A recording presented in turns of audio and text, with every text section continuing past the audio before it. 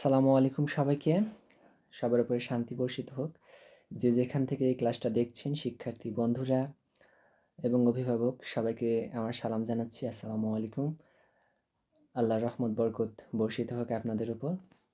এই বলে আজকে আমি একটা ক্লাস শুরু করতেছি টেন্সের উপরে। তো আমরা আজকে যেটা পড়বো সেটা হচ্ছে টেন্স। এই টেন্স শব্দটা আমরা যদি মাথায় আসে আমাদের, তাহলে আমরা হয়ে পড়ি টেন্স। টেন্স থেকে আমাদের মাথায় কেন জানি একটা টেনশন চলে আসে, তাই না? তো চলুন আমরা আজকে আমাদের এই ক্লাসে সেই টেনশনটা দূর করার চেষ্টা করব। আসলে টেন্স আমরা ছোটোবেলা থেকে পড়েছি, কিন্তু তারপর আমাদের কোথাও যেন একটা খামতি, কোথাও যেন একটা ঘাটতি থেকে গেছে। সেই কারণে আমরা অনেকেই ডিপলি ভাবে ক্লিয়ার না হওয়ার কারণে আমাদের টেন্সটা কঠিন লাগে।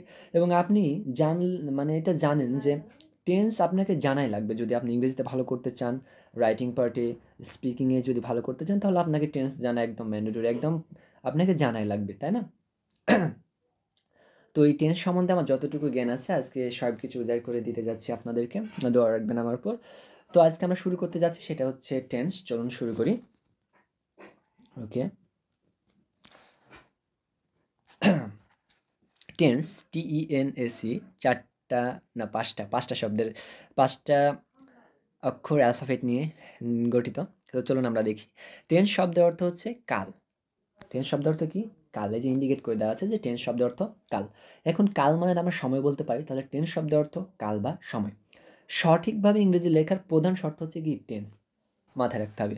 সঠিকভাবে ইংরেজি লেখার প্রধান শর্ত আমরা দেখতে পাচ্ছি কি? যে টেন্স। তাহলে আপনি একটু ভেবে দেখেন যে আমাদের টেন্স জানাটা কতটা গুরুত্বপূর্ণ। যে আমাদের সঠিকভাবে যদি ইংলিশ লিখতে, পড়তে এবং বলতে জানা লাগে, তাহলে আমাদেরকে টেন্স জানা লাগবে। এবং এই কারণে টেন্সকে বলা হচ্ছে যে ইংরেজি ভাষার প্রাণ বা সোল অফ ইংলিশ ল্যাঙ্গুয়েজ। কতটা শক্ত কথা, দেখেছেন? যে ইংরেজি ভাষার প্রাণ বলা হচ্ছে টেন্সকে, সোল অফ ইংলিশ ল্যাঙ্গুয়েজ। যেটা আমাদেরকে না জানলে আমরা ইংলিশ সম্বন্ধে কোনো নলেজই গ্যাদার করতে পারবো না। আমাদের বলতে, পড়তে, লিখতে অবশ্যই টেন্স জানা লাগবে। এমনকি বাক্য গঠন করতে, বাক্য পরিবর্তনে যে লিখে দিয়েছি, বাক্য গঠন, পরিবর্তন এবং সংযোজন সকল ক্ষেত্রে আমাদের টেন্সের প্রয়োজন অনস্বীকার্য। তাহলে আমাদের টেন্স জানাতে কতটা গুরুত্বপূর্ণ আপনারা দেখলেন। তো চলুন আমরা একটু এগোই। যে টেন্স তো আমরা জানলাম যে টেন্স শব্দের অর্থ হচ্ছে কাল বা সময়। এখন আমরা একটু বিস্তারিত জানবো যে সংজ্ঞাটা কি। টেন্সের সংজ্ঞা হচ্ছে ক্রিয়ার কালকেই টেন্স বলে। একটা সহজ ভাষা আমি একটা সেন্টেন্সে শেষ করে দিয়েছি যে ক্রিয়ার কালকেই টেন্স বলে। আপনি চাইলে একটু বিস্তারিতভাবে লিখতে পারেন যে কোনো কার্য সম্পাদনের সময় বা কালকেই টেন্স বলে, বা কোনো কাজ সম্পাদনের সময়কেই টেন্স বলে। আপনি যেভাবে খুশি আপনি বলতে পারেন। এক কথায় ক্রিয়ার কালকেই টেন্স বলে, কাজ সম্পন্ন হওয়ার সময়কে টেন্স বলে, কোনো কার্য সম্পাদনের সময় বা কালকেই টেন্স বলে। আপনি যেভাবে বলবেন সমস্যা নেই। আমি দুইটাই রেখেছি এখানে, আপনি নিতে পারেন। তবে এগুলো বললে পারে যথেষ্ট বলে আমার মনে হয়। চলুন এরপর আমরা দেখব হচ্ছে ক্লাসিফিকেশন অফ টেন্স, অর্থাৎ টেন্সের প্রকারভেদ। টেন্স হচ্ছে কত প্রকার? টেন্স হচ্ছে আমাদের তিন প্রকার। টেন্স হচ্ছে তিন প্রকার। কি কি? একটা হচ্ছে আমাদের প্রেজেন্ট টেন্স, একটা প্রেজেন্ট টেন্স যেটাকে আমরা বলছি বর্তমানকাল। তারপর হচ্ছে আমাদের পাস্ট টেন্স যেটাকে আমরা বলছি অতীতকাল। এবং লাস্ট ওয়ান ফিউচার টেন্স যেটাকে আমরা বলছি কি? ভবিষ্যৎকাল। ওকে। তো আমরা একটু এগোই। যে এই তিনটা টেন্সকে, সেন্টেন্স না টেন্স, এই তিনটা টেন্সকে বা টেন্সের এই তিন প্রকার ভেদকে আবার চার ভাগে ভাগ করা হচ্ছে। আসলে এটা ভাগ বললে ভুল হবে। এই প্রত্যেকটা টেন্সের এক একটা চারটা করে রূপ আছে। সেই রূপগুলো আমরা একটু দেখব। তাহলে দেখি যে দেখেন, ইচ টেন্স আর ডিভাইডেড ইন্টু 4 পার্টস। প্রত্যেকটা টেন্সের চারটা করে অংশ আছে, বা প্রত্যেকটা টেন্সকে চার ভাগে ভাগ করা হচ্ছে, বা প্রত্যেকটা টেন্সের চারটা রূপ আছে। নিচের ছকে সেগুলো দেখানো হয়েছে। দেখেন, প্রথমটাতে আমাদের হচ্ছে প্রেজেন্ট টেন্স, পরবর্তীটাতে হচ্ছে আমাদের পাস্ট টেন্স, এবং লাস্ট ওয়ান হচ্ছে আমাদের কি? Future tense. তাহলে দেখুন, আমরা প্রথমটা দেখি। এক নাম্বার যেটা আমাদের, এই যে এক নাম্বার হচ্ছে আমাদের কি? প্রেজেন্ট ইনডিফিনাইট টেন্স, যেটাকে আমরা কি বলছি? প্রেজেন্ট সিম্পল টেন্সও বলা যায়। এক নাম্বার হচ্ছে আমাদের প্রেজেন্ট ইনডিফিনিট টেন্স, যেটাকে আমরা প্রেজেন্ট সিম্পল টেন্সও বলতে পারি। দুই নাম্বার আমাদের যেটা, সেটা হচ্ছে present continuous tense, present continuous tense, যেটাকে আমরা প্রেজেন্ট প্রোগ্রেসিভ টেন্সও বলছি। এবং তিন নাম্বার যেটা আমাদের, সেটা হচ্ছে প্রেজেন্ট পারফেক্ট টেন্স, তাই না? এটার কিন্তু আর নাম নেই ডাবল, এটা সিঙ্গেল নাম। চার নাম্বার যেটা আমাদের, সেটাকে আমরা বলছি কি? Present perfect continuous tense, present perfect continuous tense বা প্রেজেন্ট পারফেক্ট প্রোগ্রেসিভ টেন্স। এইগুলো হচ্ছে আমাদের প্রেজেন্ট ইনডিফিনিট। সিমিলারলি পাস্টের ক্ষেত্রে কী হবে? শুধু সামনে পাস্ট বসে যাবে। দেখুন, পাস্ট ইনডিফিনিট টেন্স, তাই না? পাস্ট ইনডিফিনিট টেন্স, এটা আমরা কি করছি? পাস্ট সিম্পল টেন্স করেছি। এটার নামই হচ্ছে দুইটা, পাস্ট ইনডিফিনিট টেন্স এবং পাস্ট সিম্পল টেন্স। এখন আমরা কি করেছি? শুধু পূর্বে প্রথমে আমরা পাস্ট, ফিউচার এগুলো বসাই দিয়েছি। যেহেতু আমাদের এটা পাস্ট টেন্সের প্রকারভেদ দেখছি, সেই কারণে আমরা কি বসাইছি? পাস্ট বসাইছি। পরবর্তীটা দেখেন, যদি আমরা কন্টিনিউয়াস একটু যাই, তাহলে পাস্ট কন্টিনিউয়াস টেন্স, এটা একটা নাম আছে কি? Past progressive tense. একইভাবে similarly past perfect tense, 3 number যে ফর্মটা সেটা হচ্ছে আমাদের পাস্ট পারফেক্ট টেন্স। 4 নাম্বার যেটা আমাদের সেটা হচ্ছে পাস্ট পারফেক্ট টেন্স। ওকে, আচ্ছা এইবার আমরা যেখানে যাব সেটা হচ্ছে আমাদের ফিউচারে। ফিউচারের ক্ষেত্রেও দেখেন একই, প্রথমে ফিউচার ইনডিফিনিট বা ফিউচার সিম্পল টেন্স, শুধু ফিউচার বসায় দিয়েছি। মানে প্রত্যেকটা রূপের আগে জাস্ট আমরা ফিউচার, পাস্ট, প্রেজেন্ট এই মূলটা বসাই দিলে পারি, হয়ে গেল আমাদের। তাহলে ফিউচার ইনডিফিনিট টেন্স বা future simple tense, future continuous tense বা ফিউচার প্রোগ্রেসিভ টেন্স। 3 নম্বর হচ্ছে আমাদের কি? Future perfect tense. 4 নম্বর হচ্ছে আমাদের future perfect continuous tense, future perfect progressive tense. এখানে ভুল করে আমার প্রেজেন্ট বসানো হয়ে গেছে, এখানে আসলে ফিউচার হবে। আমি একটু ইন্ডিকেট করে দেখা দিলাম, আপনারা একটু খেয়াল করবেন। ওকে, আচ্ছা চলুন আমরা একটু এগোই। আচ্ছা এবার আমরা আগাবো, সেটা হচ্ছে আমরা আজকে আলোচনা করব প্রেজেন্ট টেন্স নিয়ে। প্রেজেন্ট টেন্স, এই প্রেজেন্ট টেন্সের কি আছে? 4টা রূপ আছে। ও তার আগে আমি আপনাদেরকে একটু বলি যে এই যে আমরা 4টা রূপ দেখলাম, 3টা টেন্সের যে 4টা রূপ আমরা দেখলাম, 3টা টেন্সের যে আমরা 4টা রূপ দেখলাম, এই 4টা রূপের কি আছে জানেন? এই 4টা রূপের কিন্তু আবার বাংলা অর্থ আছে। 4টা রূপের বাংলা অর্থ আছে। আমরা অবশ্যই সামনে সেই মিনিংগুলো জানবো। তো চলুন একটু আমরা একটু দেখি।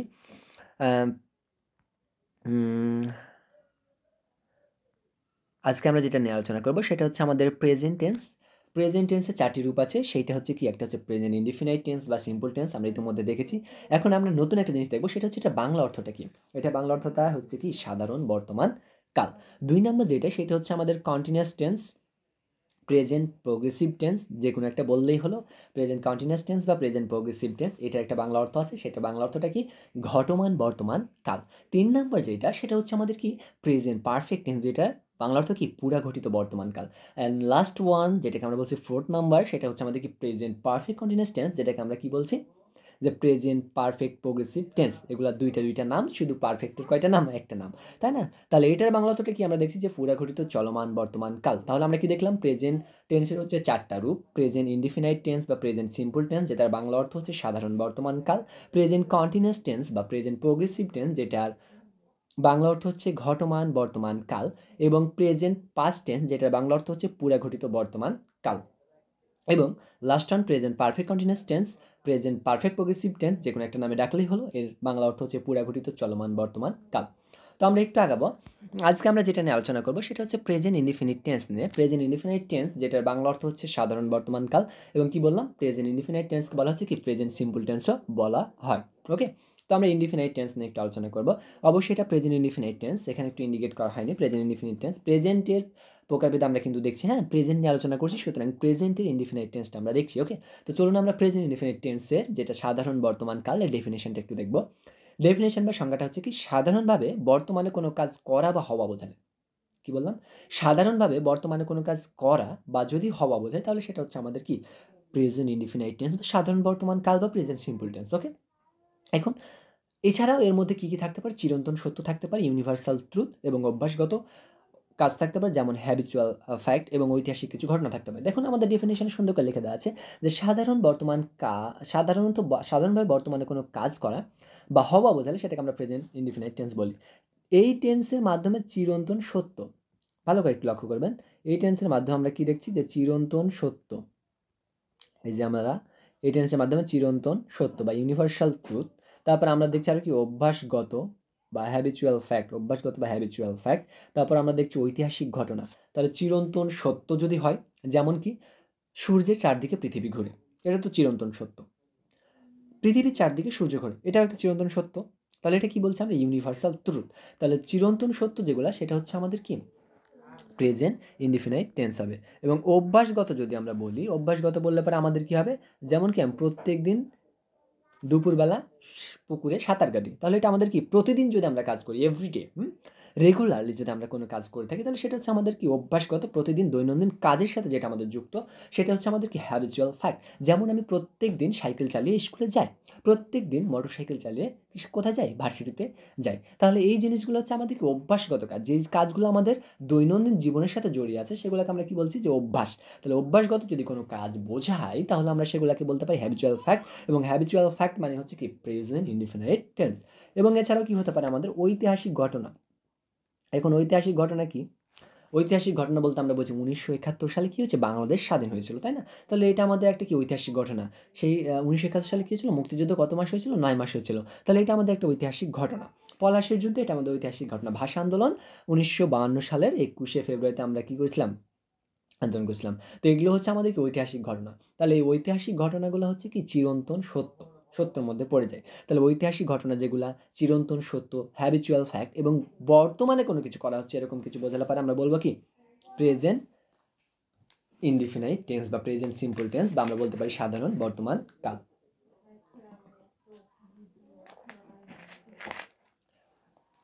ওকে, তাহলে আমরা কি জানলাম যে প্রেজেন্ট ইনডিফিনাইট টেন্স কাকে বলে। জানলাম যে সাধারণভাবে বর্তমানে কোনো কাজ করা বা হওয়া বোঝালে প্রেজেন্ট ইনডিফিনিট টেন্স বলে। এই টেন্স দ্বারা চিরন্তন সত্য, ইউনিভার্সাল ট্রুথ, অভ্যাসগত কাজ, হ্যাবিচুয়াল ফ্যাক্ট এবং ঐতিহাসিক ঘটনা প্রকাশ করা হয়ে থাকে। এখন এই যে দেখলাম, এখন আমরা তো হচ্ছে বাঙালি, বাংলাদেশের বাঙালি, তাই না? যেহেতু আমরা বাঙালি, সুতরাং ইংলিশটা যেহেতু আমাদের বিদেশি ল্যাঙ্গুয়েজ, সুতরাং বিদেশি ল্যাঙ্গুয়েজটা শিখতে গেলে আমাদের বাংলার সাথে মিল খুঁজতে হবে। তো চলুন আমরা বাংলার সাথে মিল খুঁজে যদি শিখি তাহলে আমাদের সহজ হবে। তো দেখি বাংলার চেনের উপায়টা কি। বাংলায় চেনের উপায় হচ্ছে কি, বাংলা ক্রিয়ার শেষে করি, করো, করিস, করে, করেন, যাই, যাও, যান, যাস, পড়ো, পড়ে, পড়েন, পড়িস, ঘুমাই, ঘুমাও, ঘুমান ইত্যাদি যদি থাকে বাংলা ক্রিয়ার শেষে, বা বাংলা ক্রিয়ায় যদি এগুলো থাকে, বাংলা ক্রিয়ায় যদি কি থাকে, এগুলো থাকে, তাহলে সেটা হবে আমাদের কি প্রেজেন্ট ইনডিফিনাইট টেন্স। বাংলা ক্রিয়ায় যদি এগুলো থাকে তাহলে আমাদের কি হবে প্রেজেন্ট ইনডিফিনাইট টেন্স। আসলে এগুলো একটা ক্রিয়া, হ্যাঁ, বাংলা ক্রিয়া শেষ হবে না, এটা হবে বাংলা ক্রিয়া। তাহলে বাংলা ক্রিয়ায় যদি এগুলো থাকে আমরা, তাহলে সেটাকে কী বলবো, প্রেজেন্ট ইনডিফিনাইট টেন্স বলবো। এখন চলো আমরা একটা স্ট্রাকচার দেখি। স্ট্রাকচারটা আমরা প্রধানত 4টা ভাগে ভাগ করতে পারি। একটা হচ্ছে অ্যাফার্মেটিভ, তারপর একটা হচ্ছে নেগেটিভ, তারপর একটা ইন্টারোগেটিভ, তারপর একটা ইন্টারোগেটিভ নেগেটিভ। এখন ঘটনা হচ্ছে যে আমরা যাই বলি, হয় পজিটিভ কথা বলি, নয় নেগেটিভ কথা বলি, তাই না? তাহলে 4টি স্ট্রাকচার কেন? পজিটিভ কথা বলি হ্যাবোধক বাক্য, নেগেটিভ কথা বলি নাবোধক বাক্য, প্রশ্নবোধক, প্রশ্ন করছি, প্রশ্নবোধক, সেজন্য কি ইন্টারোগেটিভ। এখন এই ইন্টারোগেটিভ প্রশ্নবোধক যেটা, সেটা কিন্তু আমাদের অ্যাফার্মেটিভের মধ্যে পড়ে যায়, এবং নেগেটিভ ইন্টারোগেটিভ যেটা, সেটা আমাদের নেগেটিভের মধ্যে পড়ে যাচ্ছে, মানে নেগেটিভ ইন্টারোগেটিভ, মানে না বোধক প্রশ্নবোধক চিহ্ন। তাহলে আমাদের মূলত অ্যাফার্মেটিভ এবং নেগেটিভ দুইটা ধরনের আমরা কথা বলি, হয় পজিটিভ কথা বলি না নেগেটিভ কথা, এরকম একটা জিনিস বোঝাচ্ছে। তাহলে দেখুন আমরা অ্যাফার্মেটিভ সেন্টেন্সটা দেখবো। অ্যাফার্মেটিভ সেন্টেন্স আমরা কি দেখছি, যে subject plus verb plus object plus complement, তাই না? তাহলে এখানে আমরা দেখছি যে সাবজেক্ট আমরা জানি সেন্টেন্সে যার সম্বন্ধে বলা হয় সেটা হচ্ছে আমাদের কি সাবজেক্ট, তাই না? এবং ভার্ব তো আমরা সবাই চিনি, করা বা হওয়া বা যেটাই করি আমরা সেটাই হচ্ছে কি ভার্ব, যা করি আমরা সেটাই হচ্ছে কি ভার্ব বা কাজ, তাই না? কিন্তু বিজ্ঞানের ভাষায় কিন্তু তা না। বিজ্ঞানের ভাষায় কি বল প্রয়োগের ফলে পরিবর্তন ঘটতে হবে, নাহলে কিন্তু কাজ হবে না। আমাদের ভাষায় কি, আমরা যে ইংলিশের ভাষায় কি আমি পড়াচ্ছি, এটাও একটা কাজ, কিন্তু বিজ্ঞানের ভাষায় এটা কোনো কাজ না, কারণ অবস্থানে কোনো পরিবর্তন হয়নি সময়ের সাথে, তাই না? তো আমরা বিজ্ঞানের দিকে যাবো না, আমরা এখন ইংলিশ পড়ছি, আমরা ইংলিশ পড়বো, পদার্থবিদ্যার দিকে আমরা না যাই।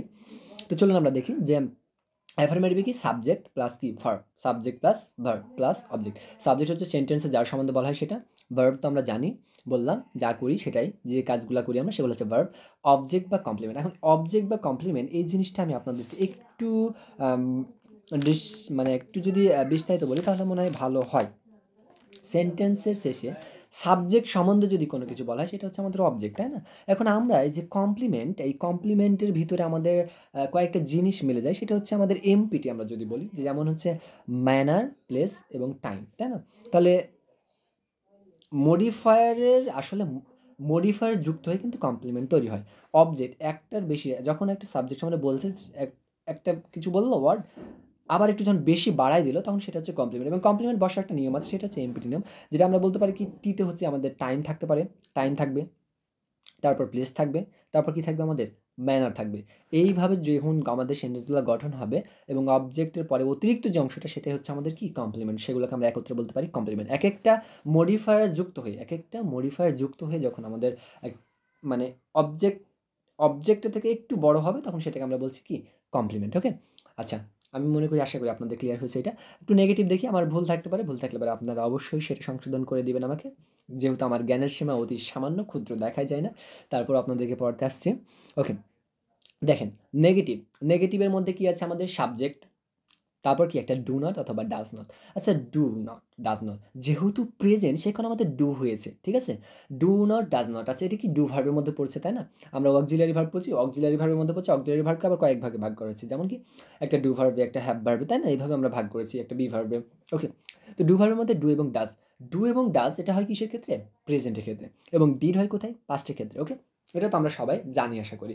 এখন ডু নট অথবা ডাজ নট, ডু এর সাথে কি হবে? একটা নট হবে এবং ডাজ এর সাথে একটা নট হবে। কেন নট হবে? কারণ এটা নেগেটিভ, তাই না?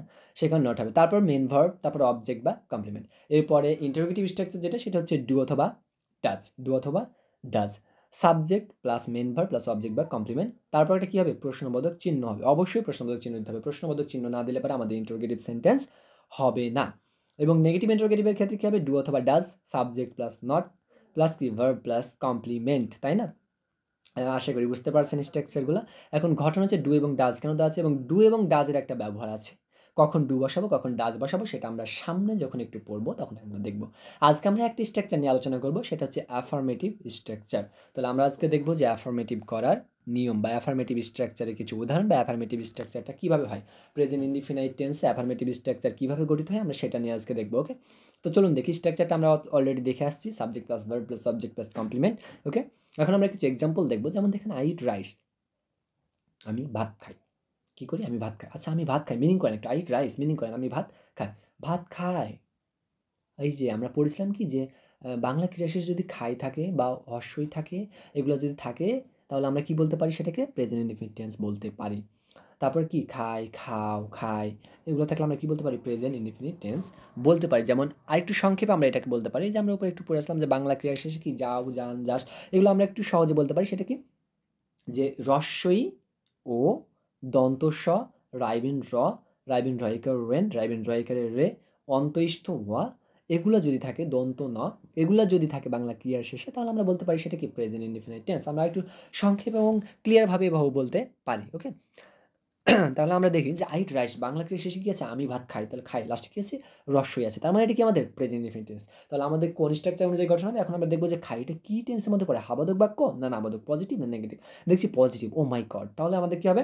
অ্যাফার্মেটিভ স্ট্রাকচার অনুযায়ী পরিবর্তন হবে। তাহলে অ্যাফার্মেটিভ স্ট্রাকচার হচ্ছে আমাদের উপরে লেখা subject plus verb plus object বা কমপ্লিমেন্ট। তাহলে সাবজেক্টকে এখানে আমি, তাহলে কি? আই। তারপর কি? খাবার ইংলিশ কি? ইট, তাই না? I eat rice, I eat rice. ২ নম্বরটা কি? এবার কি? আমরা ভাত খাই। We eat rice. কারা ভাত খায়? আমরা ভাত খাই। তাহলে আমরা ভাত খাই, তাহলে কি করব? We eat rice, we eat rice. তারপর কি? ইউ ইট রাইস, তুমি বা তোমরা ভাত খাও। হি ইটস রাইস, সে ভাত খায়। এই যে এইখানে আপনাদেরকে একটা জিনিস খেয়াল করা লাগবে, সেটা হচ্ছে এখানে একটা কি আছে? ভার্ব আছে। দেখতে পাচ্ছেন আপনারা? আমি ইন্ডিকেট করে দিয়েছি। এখানে একটা ভার্ব আছে এবং ভার্বে কি ইট, ইটের লাস্টে একটা এস যুক্ত আছে। এস কেন যুক্ত হলো বলেন তো? বলেন। একটু ভাবেন যে এস কেন যুক্ত হলো এখানে? সবাই একটু ভাবেন প্লিজ।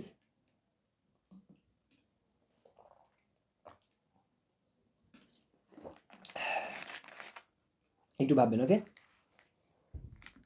আমাকে বলেন এখানে যে ইটের সাথে মানে ভার্বের সাথে এস কেন যুক্ত হলো? এখন দেখেন তো সাবজেক্টটা খেয়াল করেন। আমরা কাকে খেয়াল করব? সাবজেক্টকে। সাবজেক্ট যদি কি হয়? থার্ড পারসন সিঙ্গুলার নাম্বার হয়। সাবজেক্ট যদি থার্ড পারসন সিঙ্গুলার নাম্বার হয়, তাহলে আমরা ভার্বের সাথে এস বা ইএস যুক্ত করব। তাহলে এখন দেখেন তো সাবজেক্ট কি? হি। আরে হি কি? হি তো কি? দেখেন তো থার্ড পারসন না? হ্যাঁ, হি থার্ড পারসন। কোন নাম্বার? সিঙ্গুলার না প্লুরাল? হি মানে তো একজনকে বোঝাচ্ছে, সে ভাত খায়। তাহলে একটা। তার মানে কি? একজনকে বোঝাচ্ছে। তার মানে এখানে কি হবে? এটা থার্ড পারসন সিঙ্গুলার নাম্বার। যেহেতু থার্ড পারসন সিঙ্গুলার নাম্বার, সেহেতু আমরা কি করব? ভার্বের সাথে এস অথবা ইএস যুক্ত করে দিব। ওকে? ক্লিয়ার এতটুকু? আশা করি ক্লিয়ার। আচ্ছা আমরা একটু আগাই। ৫ নাম্বারটা দেখবো আমরা। সি ইটস রাইস, সেম একই। সি কি? আমাদের থার্ড পারসন সিঙ্গুলার নাম্বার, সে কারণে আমাদের কি হয়েছে? ভার্বের সাথে এস অথবা ইএস যুক্ত হয়েছে। পরবর্তীটা একটু দেখেন যে উসাইদ ইটস রাইস, ও মাই গড! উসাইদ, উসাইদ কি?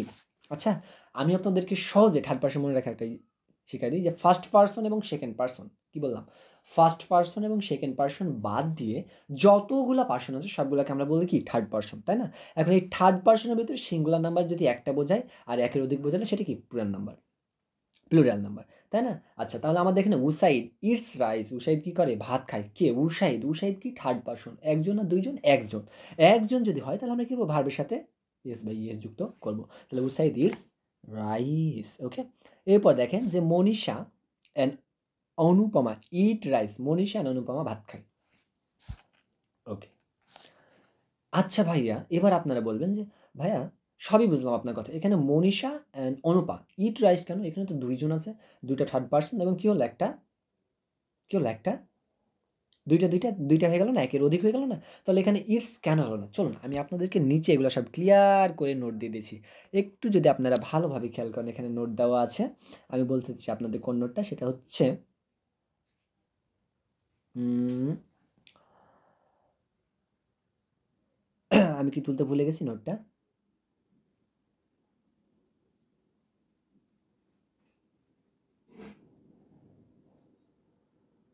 আমি মনে হয় তুলতে ভুলে গেছি নোটটা।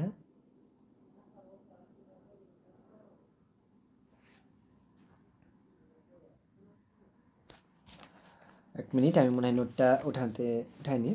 তো ভালো করে চেক করে নিই।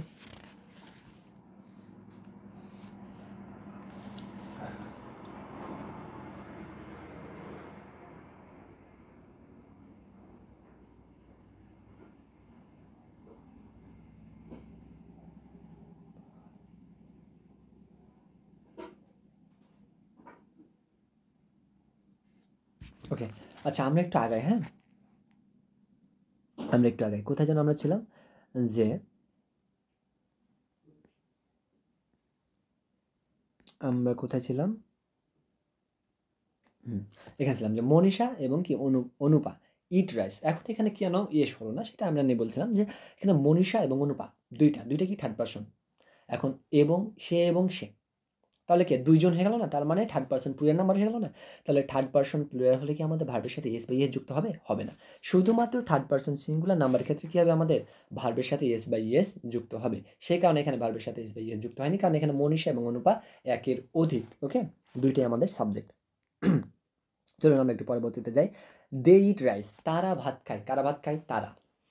আচ্ছা, দে এটা কত নাম্বার পারসন? Third person. কত নাম্বার? Plural number. যেহেতু প্লুরাল নাম্বার সে কারণে আমাদের এখানে কি হয়নি? ভার্বের সাথে এস অথবা ইএস যুক্ত হয়নি। কিন্তু যদি সিঙ্গুলার নাম্বার হতো তাহলে আমরা কি করতাম? ভার্বের সাথে এস অথবা ইএস যুক্ত করতাম। এবং দেখেন সুমন অ্যান্ড শিমুল ৯ নাম্বার। সুম সিম Suman and Shimul eat rice. Suman ও শিমুল ভাত খায়। ওই যে একই আগের মতো। Raj or Asha eats rice. Raj অথবা আশা ভাত খায়। আচ্ছা এইবার এখানে আপনাকে একটু খেয়াল করতে হবে যে অর আছে রাজ অথবা আশা যেকোনো একজন খায় কিন্তু। বোঝা গেছে? ২ জন কিন্তু খায় না। এই কাজটা যেকোনো একজন করছে। সেই কারণে একজন কাজটা করছে সেটা বোঝানোর জন্য আমাদের এখানে কি হচ্ছে? ভার্বের সাথে কি হয়েছে? এস যুক্ত হয়েছে। মানে কাজটা কিন্তু একজন করছে এবং সে কে থার্ড পারসন এবং সে যদি থার্ড পারসন হয় অবশ্যই যদি একজন কাজ করে তাহলে সেটা কি হবে? সিঙ্গুলার নাম্বার হবে। সেই কারণে আমাদের এখানে কি হয়েছে? ভার্বের সাথে ইএস যুক্ত হয়েছে। পরবর্তীটা দেখেন either Ishika or Tanvir eats rice. হয় ইশিকা অথবা তানভীর কি করছে? ভাত খাচ্ছে। ইশিকা অথবা তানভীর যেকোনো একজন ভাত খাচ্ছে। ২ জন না কিন্তু, হ্যাঁ? তাহলে যেকোনো একজন যদি খায় তাহলে কি থার্ড পারসন? ওই যে আগের মতোই। সিফাত নট, সুমি ইট রাইস। সিফাত নয়, সুমি ভাত খাচ্ছে। কে ভাত খাচ্ছে? সুমি। আচ্ছা ভাইয়া এবার এখানে কি হলো? ভার্বের সাথে এস বা ইএস যুক্ত হলো কেন? ওই যে আগের নিয়ম যেটা বললাম যে থার্ড পারসন সিঙ্গুলার নাম্বার সে কারণে এখানে কি হচ্ছে? ভার্বের সাথে এস বা ES. Mamita with her sister Ritu eats rice. Mamita এবং তার বোন ঋতুর সাথে ভাত খায়। মমিতা তার বোন ঋতুর সাথে ভাত খায়। একটু ভালোভাবে খেয়াল করবেন। মমিতা তার বোন ঋতুর সাথে ভাত খায়। উইথ যদি থাকে, উইথ দিয়ে বা অ্যামং উইথ দিয়ে বা টুগেদার উইথ দিয়ে যদি কোনো কিছু থাকে তাহলে আমরা কি করব? সুন্দর করে আমরা এখানে একটা রুলস লিখে দিয়েছিলাম যে ২ নাম্বার রুলসটা দেখেন with, together with, along with তারপরে হচ্ছে অ্যাজ ওয়েল অ্যাজ দিয়ে কোনো সাবজেক্টকে যুক্ত করা হলে প্রথমে আমরা কি করব? সাবজেক্ট অনুসারে ভার্ব বসাবো। কি করব? সাবজেক্ট অনুসারে ভার্ব বসাবো। সাবজেক্ট অনুসারে ভার্ব বসাবো। সাবজেক্ট অনুসারে ভার্ব বসাবো। কি বলা হয়েছে? ভালো করে দেখেন যে with, together with, along with, as well as দিয়ে যদি কোনো সাবজেক্টকে যুক্ত করা হয় তাহলে প্রথম সাবজেক্ট অনুসারে আমরা ভার্ব বসাবো। তাহলে প্রথম সাবজেক্ট আমাদের যেটা হবে সে অনুযায়ী আমাদের ভার্ব বসবে। তাহলে আমরা কত নাম্বারে জেনেছিলাম? ১৩ নাম্বার। মমিতা উইথ, তাহলে মমিতা কত person? Third person singular number. তাহলে আমাদের এখানে কি হয়েছে? ভার্বের সাথে এস বাই এস যুক্ত হয়েছে। আবার দেখুন বৃষ্টি উইথ অ্যামং উইথ এই যে আমাদের দেওয়া আছে অ্যামং উইথ নোটে দিয়েছি অ্যামং উইথ। তাহলে অ্যামং উইথ থাকলে পরে আমরা কি করব? প্রথম সাবজেক্টকে বৃষ্টি, বৃষ্টি কি থার্ড পারসন সিঙ্গুলার নাম্বার। সেখানে এখানে কি হয়েছে? ভার্বের সাথে এস অথবা ইএস যুক্ত হয়েছে। পরবর্তীতে কি দেখেন রিফার টুগেদার উইথ, রিফার টুগেদার উইথ। এবার কি আছে? টুগেদার উইথ আছে। যদি টুগেদার উইথ থাকে একই কাজ। প্রথম সাবজেক্ট কি আমাদের? রিফাত। তাহলে রিফাত অনুসারে আমাদের কি হবে? ভার্ব হবে। তাহলে রিফাত হচ্ছে কি থার্ড পারসন সিঙ্গুলার নাম্বার। তাহলে থার্ড পারসন সিঙ্গুলার নাম্বার হলে পারে কি হবে? ভার্বের সাথে এস বাই এস যুক্ত হবে, যেটা আমরা করেছি এখানে কি ইটস রাইজ করে দিয়েছি। ওকে, তাহলে কি হলো, Rifat together with his brother Rafid eats rice. Rifat তার ভাই রাফিদের সাথে কি করছে, ভাত খাচ্ছে। ওভি অ্যাজ ওয়েল অ্যাজ, এই যে অ্যাজ ওয়েল অ্যাজ যদি থাকে, অ্যাজ ওয়েল অ্যাজ যদি থাকে তাহলে কি আগের নিয়ম, প্রথম সাবজেক্ট অনুসারে আমাদের কি বসবে, ভার্ব বসবে, ভার্বের সাথে এস বাই এস যুক্ত হবে। তাহলে কি হলো, ইটস যুক্ত করলাম। ওকে, এখন এখানে আমি সুন্দর করে নোটগুলো দিয়ে দিয়েছি, আমরা যে ডেফিনেশনগুলো দেখলাম সেগুলো আছে। তাহলে দেখি 1 নম্বর হচ্ছে subject third person singular number হলে, আমি বলে দিয়েছি আপনাদের যদিও, যে সাবজেক্ট যদি কি হয় থার্ড পারসন সিঙ্গুলার নাম্বার হয় তাহলে প্রেজেন্ট ইনডিফিনাইট টেন্সের ক্ষেত্রে ভার্বের সাথে এস বাই এস যুক্ত হয়। এবং এখানে একটা লজিক্যাল এবং মজার জিনিস আছে, যে জিনিসটা আপনাদেরকে আমি দেখাই, এই জিনিসটা একটু প্লিজ রিমেম্বার দ্যাট, মাথায় রাখবেন, অনুগ্রহপূর্বক মাথায় রাখবেন কি, যে শব্দের শেষে যদি ডাবল এস থাকে, এস এস থাকে, সিএস থাকে, এক্স জেড ও থাকে, তাহলে এগুলার শেষে কি বসবে, ইএস বসবে। আর যদি এগুলা না থাকে তাহলে শুধু কি বসবে, এস বসবে। যেমন আমরা কি ইট লাস্টে টি ছিল, এগুলোর একটাও ছিল না, সে কারণে আমরা কি বলেছিলাম, শুধু এস বসেছিলাম। আর যদি এগুলা থাকে তাহলে আমরা কি বসাবো, ইএস বসাবো। জিনিসটা একটু মাথায় রাখবেন কাইন্ডলি। ওকে, আচ্ছা, এরপর দেখুন আমরা দেখবো 2 নাম্বার। 2 নাম্বার হচ্ছে আমাদের কি, 2 নাম্বার নোটটা হচ্ছে আমাদের with, together with, along, with as well as দিয়ে কোনো সাবজেক্টকে যুক্ত করা হলে প্রথমে সাবজেক্ট অনুসারে কি বসবে, ভার্ব বসবে। With, together with, along with, যেটা আমরা একটু আগে করে আসলাম লাস্টে, তাই না? তাহলে সাবজেক্ট, প্রথম সাবজেক্ট অনুসারে আমাদের ভার্ব বসবে। এই জিনিসটি একটু রিমেম্বার দ্যাট, যে প্রথম সাবজেক্ট কি অনুসারে, প্রথম সাবজেক্ট অনুসারে ভার্ব বসবে, প্রথম সাবজেক্ট অনুসারে আমাদের ভার্বটা বসবে। তারপরে এবার আমরা একটা নতুন জিনিস শিখবো, সেটা হচ্ছে এভরি যুক্ত। 3 নাম্বারটা দেখুন, এভরি যুক্ত সিঙ্গুলার সাবজেক্টের ক্ষেত্রে এস বাই এস যুক্ত করতে হয়। এভরি যুক্ত সিঙ্গুলার সাবজেক্টের ক্ষেত্রে এস বাই এস যুক্ত করতে হয়। এভরিতে যেই সকল জিনিসগুলো তৈরি হয়, every one, every body, everything, every time, এই জিনিসগুলো আমাদের কি হয়, এভরি আমরা মনে করি অনেক, প্লুরাল মনে করি, কিন্তু আসলে এগুলো প্লুরাল না, এগুলো হচ্ছে সিঙ্গুলার, এগুলো একজনকে বোঝায়।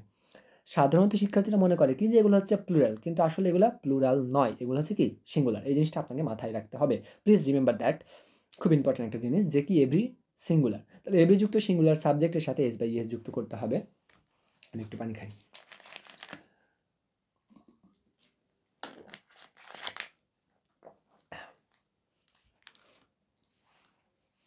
আচ্ছা, আপনারা একটু খেয়াল করেন এখানে কি বলেছি, যদি দেখো, অফেন প্রায়, ইউজুয়ালি সাধারণত, সামটাইম মাঝে মাঝে, অলওয়েজ সবসময়, অকেজনালি উপলক্ষে, এভরিডে রেগুলারলি ইত্যাদি থাকে, তবে প্রেজেন্ট ইনডিফিনিট টেন্স করতে হয়। ওকে, তো আমরা একটু দেখব, এটা যদিও আমাদের 4 নম্বরের মধ্যে পড়ে যেত, তারপর সমস্যা নেই। দেখি এক্সাম্পল কিছু দেখি, যে সাফিন, অফেন, কাম, ব্র্যাকেটে ভার্ব কি আছে, কাম, এখন ড্যাশে কি বসাইছি আমরা, কামস, ই এস বসাইছি। কেন, সাফিন হচ্ছে কি থার্ড পারসন সিঙ্গুলার নাম্বার, সে কারণে। মন, ইউজুয়ালি, ইউজুয়ালি হলে কি আমাদের প্রেজেন্টে, যে ইউজুয়ালি দেখতে পাচ্ছি আমরা, ইউজুয়ালি দেখার কারণে আমাদের কী করতে হবে, প্রেজেন্ট টেন্স করতে হবে। প্রেজেন্ট টেন্স যদি আমরা করতে যাই তাহলে গোয়ের সাথে কী বসাতে হবে, ইএস। ওই যে আমরা বললাম যে ভার্বের লাস্টে যদি কি থাকে, ও থাকে, এক্স থাকে, ওয়াই থাকে, ডাবল এস থাকে, সিএস থাকে, তাহলে আমরা কী করবো, ইএস যুক্ত করবো, বাকি ক্ষেত্রে শুধু এস যুক্ত করবো। তাহলে কি, মন, ইউজুয়ালি, ইউজুয়ালি কারণ আমরা প্রেজেন্ট করলাম, প্রেজেন্ট করতে গো, ভার্ব কি আছে, গো, গোয়ের সাথে কি ইএস যুক্ত করলে পরে আমাদের হয়ে যাবে। তাহলে goes to market on holiday, present indefinite করতে গেলে আমাদের ইএস যুক্ত করতে হবে। ওকে, পরবর্তীটা আমরা দেখি যে সিফাত সামটাইমস সিং, সামটাইমস আছে, তাহলে সামটাইমস থাকলে আমাদের কি করতে হবে, প্রেজেন্ট ইনডিফিনিট করতে হবে। তাহলে সিং এর সাথে একটা এস, তাই না? যেহেতু আমাদের সিএস, ডাবল এস বা এক্স ওয়াই বা ও এগুলো নাই ভার্বের লাস্টে, সেই কারণে আমরা শুধু এস বসাইছি। ওকে, রবীন্দ্র সঙ্গীত, তাহলে কি, সিফাত সামটাইমস সিংস রবীন্দ্র সঙ্গীত, মানে সিফাত মাঝে মাঝে কি করে, বা কিছু সময় সে রবীন্দ্রসঙ্গীত গায়। অনেক, অলওয়েজ, অলওয়েজ যদি থাকে তাহলে আমরা কী করব, ওই যে একইভাবে তাহলে ভার্বের সাথে এস যুক্ত করে দিলাম। পরবর্তীতে কি, রাকা গোজ, এই যে একইভাবে পরবর্তীগুলো আপনারা পারবেন, দেখলে পরে আমি বুঝতে পারছি, যে রাকা গো, গো থেকে আমরা কী করে দিলাম, গোজ করে দিলাম। প্রেজেন্ট ইনডিফিনাইট করার জন্য ইশিতা অকেজনালি আছে, সেখানে আমাদের কী করা লাগবে, প্রেজেন্ট ইনডিফিনাইট করা লাগবে, এবং আমরা কী করে দিলাম, ভার্বটার সাথে এস যুক্ত করে দেব। আচ্ছা, এইবার আমরা একটা ইম্পর্টেন্ট জিনিস শিখব, খুব ইম্পর্টেন্ট এবং খুব মজার জিনিস। এই জিনিসটা নতুন, আমি এটা শিখেছিলাম হচ্ছে আমরা যখন আইবি প্রিপারেশন নিই তখন এটা শিখেছি। সো এই নতুন জিনিসটা আমরা এখন শিখবো, সেটা হচ্ছে কি, present indefinite tense indicated present time now with the following static verb, মানে নিচের ছকে যে ভার্বগুলো দেওয়া আছে, নিচের ছকে যে ভার্বগুলো দেওয়া আছে, এই ভার্বগুলো যদি থাকে তাহলে সবসময় আমাদের কী হবে, প্রেজেন্ট টেন্স হবে, একদম চোখ বন্ধ করে এটা প্রেজেন্ট টেন্স হবে, এবং এগুলোর সাথে আইএনজি হবে না, মানে জির অ্যান্ড ফ্রম হবে না। একটু যদি আমরা লক্ষ্য করি তাহলে কি দেখবো, নিচে নোটটা সুন্দর করে দেওয়া আছে, the verb listed above are almost never use in the present or past progressive continuous although is possible is some cases. অর্থাৎ এগুলোর আইএনজি ফর্ম হয় না, প্রেজেন্টের সাথে কন্টিনিউয়াস হয় না, প্রেজেন্ট কন্টিনিউয়াস হয় না, পাস্ট কন্টিনিউয়াস হয় না। এই ভার্বগুলো থাকলে, এই ভার্বগুলো থাকলে অলওয়েজ আমাদের কী হবে, প্রেজেন্ট ইনডিফিনিট টেন্স হবে। এই জিনিসটা আপনাদেরকে প্লিজ রিমেম্বার দ্যাট। তাহলে আমরা ভার্বগুলো মুখস্থ করে ফেলবো। Know believe, have, see, smell, with, understand, hate, love, like, want, sound, have, need, affair, seem, taste, own. এগুলো থাকলে পরে আমরা কী করবো, ভার্বের সাথে আইএনজি বসাবো না, এবং এগুলো থাকলে চোখ বন্ধ করে আমরা প্রেজেন্ট ইনডিফিনিট টেন্স করবো। চলুন আমরা কিছু উদাহরণ দেখি। উদাহরণ হচ্ছে কি, মোর এক্সাম্পলে আমরা দেখি, more example of simple present tense বা প্রেজেন্ট ইনডিফিনিট টেন্স বা সাধারণ বর্তমান কাল। They understand the problem now. সে কী করেছে, প্রবলেমটা এখন বুঝতে পেরেছে। এখন লক্ষ্যকান্ত এখানে কী আছে, আন্ডারস্ট্যান্ড আছে না, আন্ডারস্ট্যান্ড কি স্ট্যাটিক ভার্ব, ওই যে আমরা উপরে ছকে যে ভার্বটা দেখেছি সেগুলো আমরা স্ট্যাটিক ভার্ব নামে বলছি। তাহলে কি, ছকে দেওয়া ছিল প্রদত্ত ভার্ব, তাহলে ছকে দেওয়া ছিল স্ট্যাটিক, তার মানে স্ট্যাটিক দেখলে পরে আপনি কী করবেন, প্রেজেন্ট ইনডিফিনিট। আবার একটা জিনিস দেখবেন, নাও আছে, তাই না, প্রেজেন্ট টাইম বোঝাচ্ছে। আবার আমাদের এখানে কি আছে, নাও আছে, তার মানে আমাদের প্রেজেন্ট টাইম বোঝাচ্ছে। আবার আমাদের কি স্ট্যাটিক ভার্ব কি আন্ডারস্ট্যান্ড আছে, সেখানে আমরা এটা বলতে পারি কি প্রেজেন্ট ইনডিফিনাইট টেন্স, একদম চোখ বন্ধ করে। আবার দেখেন, Henry always swimming in the evening.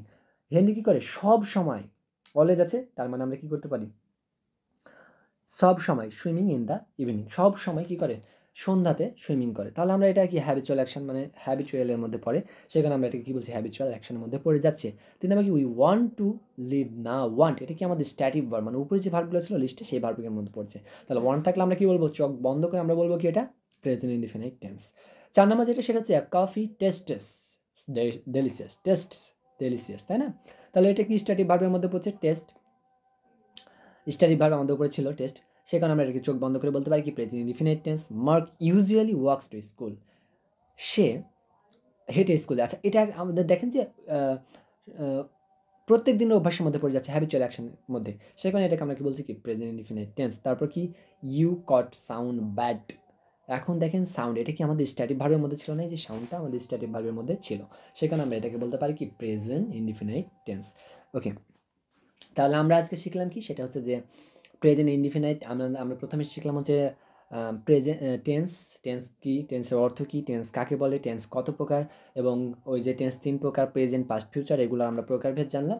এবং লাস্ট ওয়ান আমরা প্রেজেন্ট টেন্স নিয়ে আলোচনা করলাম। প্রেজেন্ট টেন্স আমরা 4টে স্ট্রাকচার দেখলাম, এবং এই স্ট্রাকচারগুলোর মধ্যে আমরা প্রথম স্ট্রাকচার অ্যাফার্মেটিভটা নিয়ে আলোচনা করলাম আজকে। ইনশাআল্লাহ আলো যদি বাঁচিয়ে রাখে, আমরা সামনের ক্লাসে বাকিগুলো আলোচনা করব। সবাই আমার জন্য দোয়া রাখবেন, এটাই কামনা করি। আর একটু পাশে থাকবেন, সাথে থাকবেন, এবং ভুল হলে অবশ্যই ক্ষমা সুন্দর দৃষ্টিতে দেখবেন। আমি চাই আপনারা আমার ভুলগুলো ধরিয়ে দিন। আপনারা যদি আমার ভুলগুলো ধরিয়ে দেন, তাহলে আমি শুধরে নেব, এবং পরবর্তীতে সঠিক শিক্ষাটা মানুষকে বা আমার শিক্ষার্থীদেরকে বা আমি উপস্থাপন করতে পারবো আর কি। ঠিক আছে? তাহলে আপনারা সবাই ভালো থাকেন, সবার উপরে শান্তি বর্ষিত হোক। আল্লাহ তাআলা সবার উপর রহমত বরকত নাজিল করুক। আমার জন্য সবাই দোয়া রাখবেন, আমিও আপনাদের জন্য দোয়া রাখি। আসসালামু আলাইকুম ওয়া রাহমাতুল্লাহি ওয়া বারাকাতুহু। আল্লাহ হাফিজ।